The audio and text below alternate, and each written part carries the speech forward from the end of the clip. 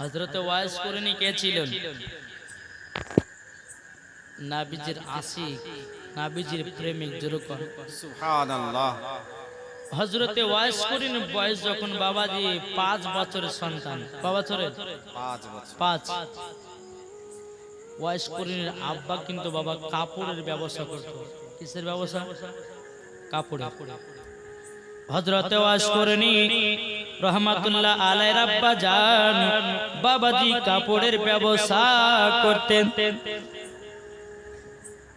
একদিন, দুদিন, 3 দিন করতে করতে বাবা হযরতে ওয়াইস করণীর আব্বা দুনিয়া থেকে বিদায় নিল। ওয়াইস করণীর আব্বা দুনিয়া থেকে বিদায় নিল।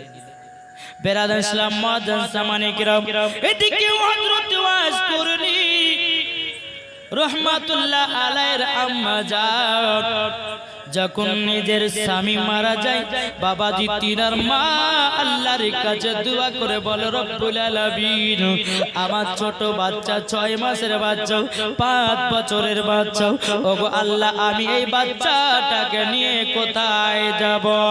আমার তো স্বামী দুনিয়া থেকে বিদায় হয়ে গেল, আমি কোথায় যাব, কার কাছে যাব? যখন বাবাজি এই রকম চিন্তা ভাবনা করো, বেরাদুল ইসলাম মুআজ্জাজ সামানে কেরাও, এই সোনা মানে কেরাও, হযরতে ওয়াইস করণী রহমাতুল্লাহ আলাইহির আম্মা জান বলতেছে, বেটো তোমার আব্বা আমাকে ছেড়ে চলে গেল গো বেটো, আজকে আমাদের যে কাপড়ের ব্যবসার দোকানটা আছে, এখন এই দোকানটা কে চালাবে? 5 বছরের ওয়াইস করণী রহমাতুল্লাহ আলাইহি বলছো, গো মা জাননী চিন্তা করবেন না, আমি ওই দোকানের ব্যবসা চালাবো। সুবহানাল্লাহ। ওই দোকানের ব্যবসা আমি চালাবো। হযরতে ওয়াইস করণীর মা বলতেছে, এই বেটা ওয়াইস করণী, তবে শোনো গো শোনো বেটা, তুমি তো এখন 5 বছরের সন্তান, তুমি কেমন ভাবে ব্যবসা করবে, কিভাবে ব্যবসা চালাবে? বেরাদুল ইসলাম মুআজ্জাজ সামানে কিরাম, হযরতে ওয়াইস করণী রহমাতুল্লাহ আলাইহি তিনার মা বলতেছে, বেটা বেটা যদি পারো কাপড়ের ব্যবসা চালাতে চালাও, কোনো অসুবিধা নাই। বাবাজি বাচ্চা ছেলে বাবা কাপড়ের ব্যবসা বাবাজি চালাতে লাগলেন। চালাতে চালাতে চালাতে বাবাজি 1 বছর যখন বাবা কেটে গেল, বাবাজি ওয়াইস করণী রহমাতুল্লাহ আলাইহির বয়স তখন বাবা 6 বছর হলো। 6 বছরের পরে বাবাজি একদিন দোকানে যায়, দোকানের গেট বাবাজি খুলেছে, হযরতে ওয়াইস করণীর সমস্ত দোকানের মাল চুরি হয়ে গেছে। বেরাদুল ইসলাম মাল যখন চুরি হয়ে যাওয়া, হযরতে ওয়াইস করণী চোখের পানি ঝরঝর করে ফেলে বলছে, আল্লাহ আমাদের এই দোকান থেকে 2 পয়সা লাভ করে আমাদের মা বেটার খাবার হতো, আল্লাহ গো আমাদের দোকানের সমস্ত জিনিস তো চুরি করে নিয়েছে, এখন কোথায় যাই, কার কাছে যাই? হযরতে ওয়াইস করণী বাবা 6 বছরের বাচ্চা মা জননীর কাছে এসে বলছো, গো মা জননী আমাদের যেটা কাপড়ের দোকান ছিল, ওই কাপড়ের দোকান থেকে সব জিনিসপত্র চুরি হয়ে গেছে, ওগো মা জননী এখন আমি কি করব? বাবাজি ওয়াইস করণী মা বলতেছে, বেটা তোমার বয়স তো 6 বছর হলো, বেটা গো তোমাকে আর ব্যবসা নিয়ে ভাবতে হবে না, যাও তুমি মক্তবে চলে যাও, যাও তুমি মাদ্রাসা চলে যাও, তোমাকে আলেম হতে হবে, তোমাকে হাদিসের জ্ঞান অর্জন করতে হবে, তোমার ভিতরে ইসলামের জ্ঞান ঢোকাতে হবে। জোরে বলুন না সুবহানাল্লাহ। বাবাজি মুসলমান ভাইরা, হযরতে ওয়াইস করণীকে বাবাজি মাদ্রাসায় ভর্তি করে দেওয়া হলো। এদিকে ওয়াইস করণীর মা চিন্তা করে বলে, আল্লাহ এখন সংসার চালাবো তো চালাবো কেমন করে? বাবাজি হযরতে ওয়াইস করণীর মা গ্রামে গ্রামে কে বলছো, গো ভাইরো আমার বেটাকে আমি মাদ্রাসায় ভর্তি করেছি, আমার বেটার একটু খাবারের প্রয়োজন, আমার বেটার একটু টাকার প্রয়োজন, ও গ্রামবাসীরা তোমরা আমাকে টাকা পয়সা দিয়ে সাহায্য করো। বাবাজি মুসলমান গ্রামের মানুষেরা বাবা কেউ যেন সাহায্য করলো না। হযরতে ওয়াইস করণী এক ইহুদির বাড়িতে গিয়ে বলতেছে, বলো গো ভাই আপনার বাড়িতে কোনো কাজ পাওয়া যাবে নাকি? ওয়াইস করণীর মা এক ইহুদির বাড়িতে গিয়ে বলছে, ভাই আপনার বাড়িতে কোনো কাজ পাওয়া যাবে? ইহুদিটা বলছে, হ্যাঁ পাওয়া যাবে। বলে কিসের কাজ? বলে জাতা পিছানো। এই জাতা দেখেছেন? জাতা যে জাতার ভিতরে বাবাদের ডাল ডাল ভরে দিলে পরে একবার পিষে দেয় না, কি পিষে দেয়, বলছে ওই জাতার কাজ আছে, তোমার কাজ শুধু ডাল ভাঙা। তো কি পাওয়া যাবে তার পরিণামে? যে পাওয়া যাবে সারাদিন মান ডাল ভাঙবে, একটা রুটি পাবে, একটা খুরমা পাবে।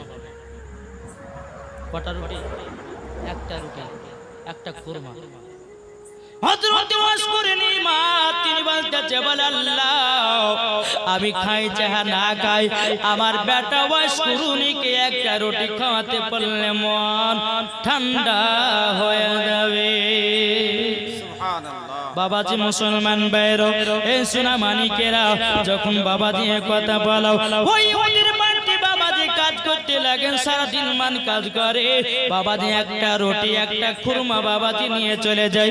নিয়ে যাওয়ার পরে মা জননী যাই নামাজ খানা নিয়ে বাবাজি আল্লাহর কাছে দোয়া করে, বলো গো রব্বুল আলামিন আমার বেটা ওয়াজ করুনি মাদ্রাসায় পড়তে গেছো গো আল্লাহ, আমার বেটা হয়তো কিছুক্ষণের মধ্যে খাওয়া দাওয়া করতে আসবে।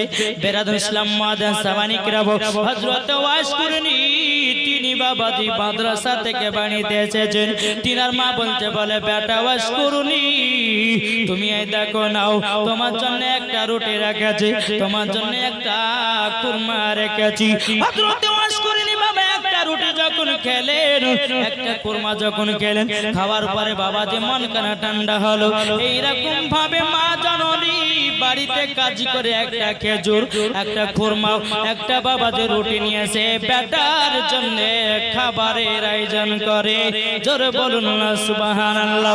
বেরাদ ইসলাম মাদ্রাসা সামানিকরাও একদিন বাবা হযরত ওয়াজ করিনি মাদ্রাসায় পড়তে গেছেন, যাওয়ার পরে মনে মনে চিন্তা করে বলে আল্লাহ গো আমি যখন যাই আমার মা আমাকে একটা রুটি খাওয়ায় একটা খুরমা খাওয়ায়, কিন্তু আমার মা জননী কি খাওয়া দাওয়া করে ওটাই গিয়ে আজকে দেখব। হযরত ওয়াজ করিনি মাদ্রাসার শিক্ষককে বলছে বলে হুজুর আমাকে আজকে তাড়াতাড়ি ছুটি দেন, আমার মায়ের সাথে আজকে খানা খাবো। জোরে বলুন না সুবহানাল্লাহ। বেরাদের ইসলাম মাদ্রাসা মানিকেরা হযরত ওয়াজ করিনি মাদ্রাসার শিক্ষকের কাছে বাবা ছুটি নিয়ে যখন চলে আসলো, ছুটি নিয়ে আসার পরে তিনার মা জননীর দিকে তাকাই, মা জননী যায় নামাজ কানা নিয়ে বাবাজি আল্লাহর কাছে দোকানে হাত তুলে বলে আল্লাহ গো ওগো রব্বুল আলামিন আমার বেটা ওয়াজ করুনিকে সঠিক বান্দা বানায় নাও। বেরাদ ইসলাম মাদ্রাসা মানিকরাও ওয়াজ করিন বাবা মার কাছে বসেছে, ও মা জননী আপনার কাছে একটা আবেদন করব গো মা, ও গো মা আপনি যে বাড়িতে কাজে যান কটা রুটি পান বলুন দাও। হযরত ওয়াজ করিন মা বলতেছে বেটা কেন হঠাৎ করে এই প্রশ্ন কেন গো বেটা? বলো গো মা জননী আমি যখনই আসি মাদ্রাসা থেকে আপনি আমাকে একটা রুটি দেন একটা খুরমা দেন, ও গো মা জননী মনে হয় একটা রুটি ছাড়াও আপনাকে দ্বিতীয় রুটি তারা দেয় না। হযরত ওয়াজ করি আমার চোখের পানি ফেলে বলছে বেটা আমি তোমার জন্য কষ্ট করে করে যাতা সারাদিন মান ঘোরায়া ঘোরায়াও আমি একটা রুটি একটা কুরমা নিয়েছি, আমি তোমার জন্য খাবারের ব্যবস্থা করি। হযরত ওয়াজ করি চোখের পানি ফেলায়া বাবা কান্না করতে লেগেছে। গো মা ও গো মা জননী ওগো মা জননী আপনার কাছে একটা আবেদন করব, আপনি যার বাড়িতে কাজ করতেছেন আপনি তাকে বলবেন বলো ভাই আমার বাড়িতে একটা বেটা আছে মাদ্রাসায় পড়ে আর একটা রুটি ধরায়া দিয়ে নাও। মা তুমি কথাটা কে বলবি বাবা দিয়ে তিনার মা জননী আসার পরে বাবা ইহুদিকে বলতেছে বলে ভাই আমার একটা বেটা আছে মাদ্রাসায় পড়াশোনা করে, আমার বেটার জন্য একটা রুটি পাওয়া যাবে নাকি? ওই ওদিকে বাবা ওয়াশকুরের মাকে মারতে মারতে বাবা বাড়ি থেকে বাবা বের করে দিয়েছে। বাবা যেটা দিনের মধ্যে একটা রুটি একটা খেজুর পেতরে বাবা সেটাও বাবা পেল না। এদিকে ওয়াশকুরের মা তিনি বাবাজি কি করেছেন আব্বাজি মুসলমান বাইরও যাই নামাজে কানা নিয়ে বাবাজি কান্না করতেছে, বলে আল্লাহ গো আমার বেটা তো এখন মাদ্রাসা থেকে বাড়ি আসবে, খাবার চাইবে, আল্লাহ কোথা থেকে খাবার পাবো, কোথায় থেকে খাবার পাবো? বেরাদুল ইসলাম মুআজ্জিন সামানিকরাও যখন বেরাদার এই কথা যখনই বলা হযরত ওয়াইস করুনির মা কেঁদে কেঁদে দোয়া করতেছে, বাবা ওয়াইস করুনি মাদ্রাসা থেকে বাড়িতে এসেছে, আসার পরে বলছে মা এত কান্না করো কেন? ওয়াইস করুনি মা বলতেছে, বলে বেটা আমি যে ইহুদির বাড়িতে কাজ করতাম গো বেটা, তবে শুনে নাও আজকে বেশি রুটি চাওয়ার জন্য আমাকে মারতে মারতে বাড়ি থেকে বিদায় করে দিয়েছে। হযরত ওয়াইস করুনি রহমাতুল্লাহ আলাইহি তিনি বলতেছে, বলো আমার আম্মা জান আপনার কাছে বিক্রি করার মতো কিছু আছে নাকি? বেরাদা তিনা মা বলছে, বেটা ওয়াইস করুনি গো আমার কাছে বিক্রি করা পর্যন্ত কোনো তো জিনিস নাই, কিন্তু আমার হাতে একটা সোনার বালা আছে, ও বেটা এই সোনার বালাটা বিক্রি করে একটা ছাগল বকরি কিনে নিয়ে আসো। বেরাদা ইসলাম ওই হাতের সোনাটা বিক্রি করে একটা বাবা ছাগল কিনে নিয়ে আসা হলো। ছাগল কিনে নিয়ে আসার পরে ওয়াইস করুনি বলছো, গো মা জাননি আমরা আর এই এলাকাতে থাকবো না। বলে বেটা কেন? বলে মা গো যে এলাকায় গ্রামের মানুষেরা গরিব মিসকিনদেরকে সাহায্য করে না, দুটা খেতে দেয় না, এই গ্রামে থাকার চেয়ে না থাকাটাই ভালো, আমরা চলে যাব বনে জঙ্গলে আল্লাহর ইবাদতে পাগল হও। জোর হবে না? এ বাবাজি মুসলমান ভাইরা ওগো আমার সোনা মানিকেরা, তুই বাবাটাতে বাবাজি চোখের পানি ফেলায়া বাবাজি জঙ্গলের দিকে বাবা চলে যায়। জঙ্গলের দিকে যেতে যেতে যেতে যেতে বাবা হযরত ওয়াইস করুনি তিনি ছাগলটাকে জঙ্গলে বাবা চড়াতে নিয়ে যায়। এইরকম ভাবে নিয়ে বাবা একটা থেকে দুটো ছাগল, দুটো থেকে তিনটা ছাগল, তিনটে থেকে চারটা ছাগল, বাবা অনেক বাবা ছাগলের আপনার কিনাও আপনার অনেক ছাগল আল্লাহর বরকত দিয়ে দিয়েছে। বেরাদুল ইসলাম মুআজ্জিন সামানিকরাও এই সোনা মানিকেরাও একদিন হঠাৎ করে হযরত ওয়াইস করুনির মা বাবাজি প্যারালাইসিসে পড়ে গেল, হাঁটতে পারে না, চলতে পারে না। ওয়াইস করুনি রহমাতুল্লাহ আলাইহি বলছে, আল্লাহ গো আমার মা তো আজ অসুখ হয়ে গেল, আবার যেই ছাগলটাতে আমরা দুধ পান করে থাকতাম সে ছাগলটা তো কোথাও হারিয়ে গেল, এখন কি করব, কোথায় যাব? আল্লাহ আল্লাহ আপনি রহমান দয়ালু। ওয়াইস করুনি কি করলেন বাবা, ছাগলটাকে ধরার জন্য জঙ্গল জঙ্গল জঙ্গল বাবা খুঁজে বেড়ায়, কোন জায়গাতে পায় না। এক জায়গাতে দেখতে যে ছাগলটা জঙ্গলের ভিতরে বাবা যে লতা পাতা খাইতেছে, জোরে কর লতা পাতা খাইতেছে, এক পাগল ওই ছাগলের পাশে বসে আছে। কে তুমি? বলে আমি হলাম এক পাগল, এই ছাগলটাকে ধরে ধরে আমি লতা পাতা খাওয়াচ্ছি। বলে তবে শোনো গো শোনো, তুমি যে ছাগলটাকে লতা পাতা খাওয়াতেছো এটাই হলো আমাদেরই ছাগল। এই পাগলটা বলতেছে, বলো গো ওয়াইস করুনি আমি জানতাম এটা তোমারই ছাগল, তারই জন্য হেফাজতে রেখেছি, তারই জন্য হেফাজতে রেখেছি। বেরাদুল ইসলাম মুআজ্জিন সামানিকরাও ওয়াইস করুনি বলতেছে, আপনি কে, কোথা থেকে এসেছেন? উনি বলতেছে আমি পাগল। পাগল কিসের পাগল?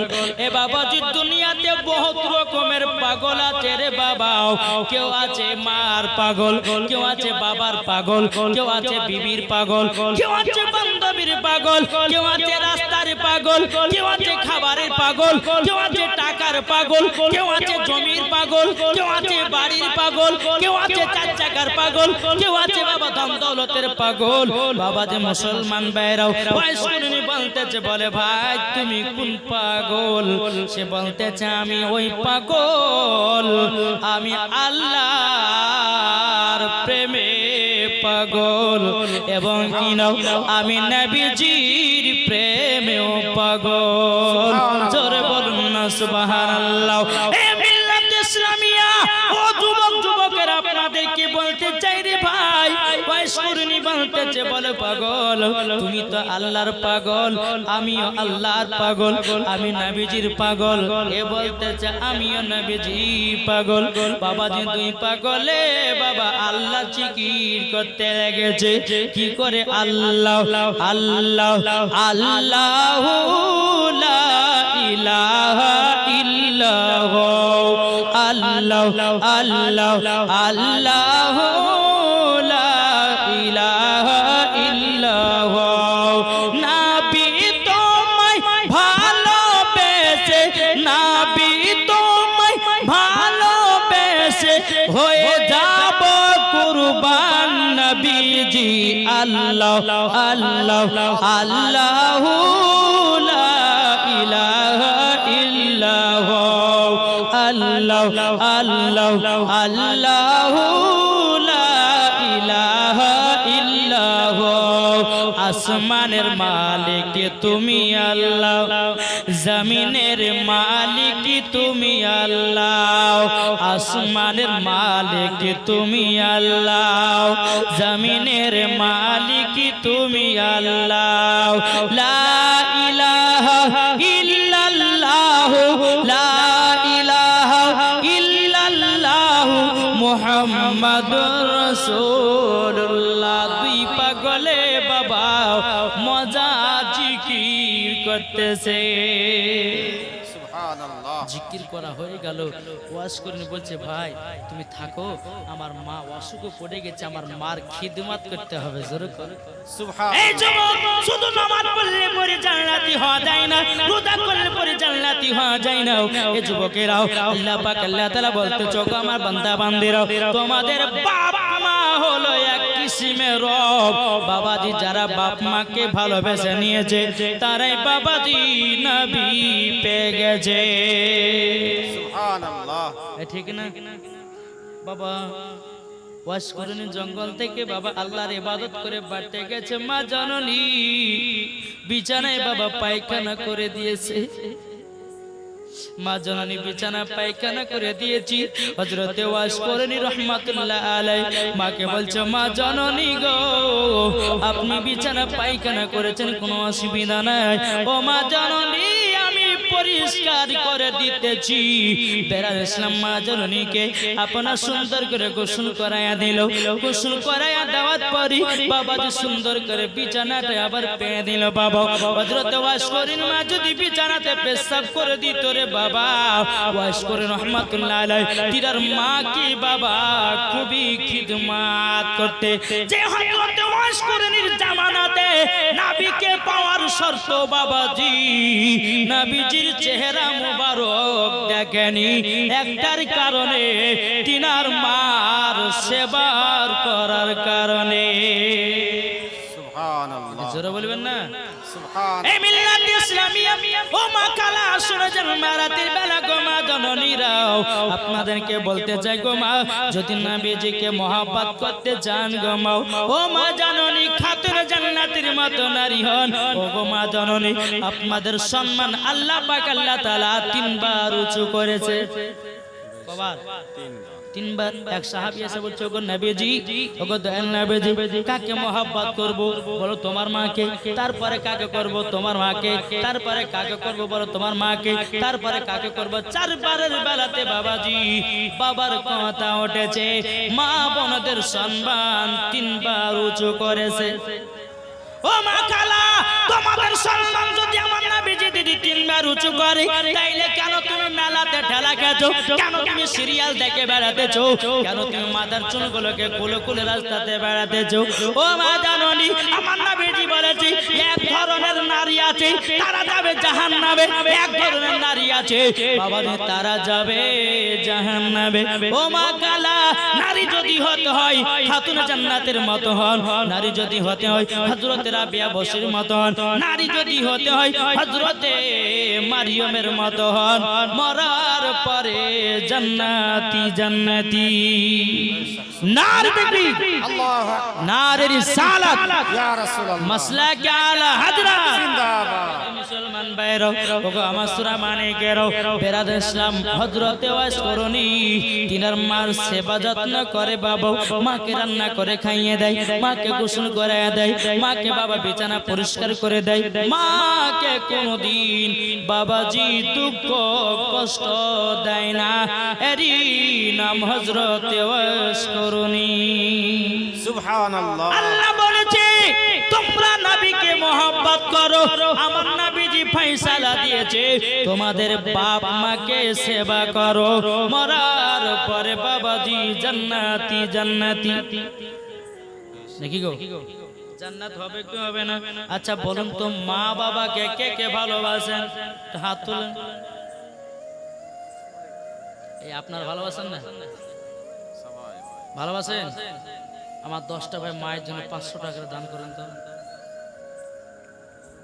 হবে 500 টাকা মায়ের জন্য দান করবেন আরে মা বাবাকে দুঃখ দিলে নামাজ হবে না মা বাবাকে কষ্ট দিলে নামাজ হবে না আল্লাহ নবীজি দয়া তার পাবে না আরে আল্লাহ নবীজি দয়া তার পাবে না মা বাবা অতি আপন জরগণ দেখেন মুখলে শেখ দিয়েছে মায়ের জন্য 2000 নারী তাকবীর নারী রিসালাত মুখলে দিয়েছে মাকে ভালোবেসে 2000 টাকা আল্লাহ গো তিনার বাড়িতে কোটি কোটি টাকার বরকত বাড়িয়ে দেন সদি দিয়েছে 500 টাকা আল্লাহ গো তিনার দানটা কবুল করে দিন আল্লাহ গো মা বেটার মধ্যে ভালোবাসা মহব্বত রাখুন আর এখন দিয়েছে কেনা 17 দিন দিয়েছে 500 টাকা আল্লাহ যা সাথে দিয়েছে 500 করে নিন রাবিয়া বাবা খুব সুন্দর নাম বাবাজি হযরতে রাবিয়া বসরু রহমাতুল্লাহ আলাইহি একজন আল্লাহর নেক বান্দি ছিলেন বাবাজি ঝড় যদি চলে আসতো ঝড়ের উপরে যাই নামাজ বিছায়া নামাজ পড়তো তার নাম হলো হযরতে রাবিয়া বসরি সে মা আমার দিয়েছে 1000 টাকা আল্লাহ তিনার দানকে কবুল করে নিন রোশনা বেওয়া দিয়েছে 1000 টাকা আল্লাহ রোশনা বেওয়াকে আর রাবিয়া বিবি হবে রাবিয়া বেওয়া দিয়েছে শাশির বহুতে 1000 টাকা আল্লাহ গো তাদেরকে খাতুন জান্নাতের মতো নারী বানিয়ে নাও জোরে কোন আল্লাহুম্মা আমিন দানাকে মা ফাতেমার মতো দিবানি বানিয়ে নাও জোরে বল আল্লাহুম্মা আমিন ইসলাম মাদাস সামাই যাও তাই কই বলতেছে মা বাবাকে দুঃখ দিলে নামাজ হবে না মা বাবাকে কষ্ট দিলে নামাজ হবে না আল্লাহ নবীজি দয়া তার পাবে না আরে আল্লাহ নবীজি দয়া তার পাবে না মা বাবা অতি আপন মা বাবাকে করো যত্ন মা বাবা অতি আপন সুরুজ্জামান দিয়েছে 500 টাকা মনে দিয়েছে 500 টাকা নারায়ে তাকবীর নারায়ে রিসালাত সাথে জানিয়েতে দিয়েছে দান আল্লাহ গো তিনার দানটা কবুল করে নিন জোরকান আল্লাহুম্মা আমিন একবার দুরূদ পাঠ করুন আল্লাহুম্মা সাল্লি আলা সাইয়্যিদিনা মাওলানা মুহাম্মদ ওয়া আলি সাইয়্যিদিনা মাওলানা মুহাম্মদ বলতেছে হযরত ইউসুফকে দেখে যারা আঙ্গুল কেটেছে জোরে হবে না সুবহানাল্লাহ ভাই আমি কিন্তু ওই নাতেরই পাগল মানুষ একটু আমার সঙ্গে তাল মিলিয়ে একটু সুবহানাল্লাহ বলতে হবে নাকি জি এই দেখেন বাবা যে মুসলমান সোনামানি কালকে আছেন বাবা যে মুনাজির আহলে সুন্নাত মুফতি মাওলানা মোহাম্মদ জুবাইর হোসেন রেজভী সাহেব জোরকান মারহাবা মারহাবা আচ্ছা বাবাজি তিনাকে কি আপনারা মোহাব্বত করেন না ভালোবাসেন না কে কে ভালোবাসেন একটা হাত তোলেন জি হুজুরকে আমরা মোহাব্বত করি, ওই হুজুরের কাছে আমিও পড়েছি। জি হ্যাঁ, হুজুর আমার নাতগুলোকে খুব পছন্দ করে। জি বেরাদ ইসলাম, তো আমরা আমাদের একটা গর্ব যে আমাদের আহলে সুন্নাতুল জামাতের মধ্যে একজন বাঘ, তার নাম হচ্ছে মুনাজিরে আহলে সুন্নাত মুফতি মাওলানা মোহাম্মদ জুবায়ের হোসেন রেজভী সাহেব। জোরে বলবেন না? মুফতি জুবায়ের হোসেন কার নাম জানেন? জানেন কি গো? জানেন না? শুনেন আমার কাছে, মুফতি জুবায়ের হোসেন তার নাম। ওয়াহাবি এলাকাতে গিয়ে সুন্নি বানায়, তার নাম হচ্ছে মুফতি জুবায়ের হোসেন সাহেব। বেশক বেশক জোরে বলবেন না? সুবহানাল্লাহ। মাসলাকে আলা হাজরাতের বিরুদ্ধে যদি কেউ আঙুল তুলে, ওই আঙুলকে ভেঙে দেওয়ার কাজ হচ্ছে মুফতি জুবায়ের হোসেন। জোরে বলেন। সুবহানাল্লাহ মাশাআল্লাহ। বেরাদার, সুন্নিয়াতের খিদমতের এবং আহলে সুন্নাতুল জামাতের মধ্যে আমাদের শুধু মুর্শিদাবাদের নয়, আপনার কিনা রায়গঞ্জ বলেন, চাচল বলেন, কুচবিহার বলেন, আপনার কিনা শিলিগুড়ি বলেন, তারপর আপনার কালিয়াচক বলেন, কলকাতা বলেন, হাওড়া বলেন, মালদাহ বলেন, আপনার কিনা বর্ধমান বলেন, সারা পশ্চিম বাংলাতে গিয়ে আহলে সুন্নাতুল জামাতের খিদমত করছেন। বেশক বেশক জোরে বলবেন না? তিনার নাম হচ্ছে মুফতি জুবায়ের হোসেন সাহেব। জোরে বলবেন না? মুফতি জুবায়ের হোসেন কার নাম?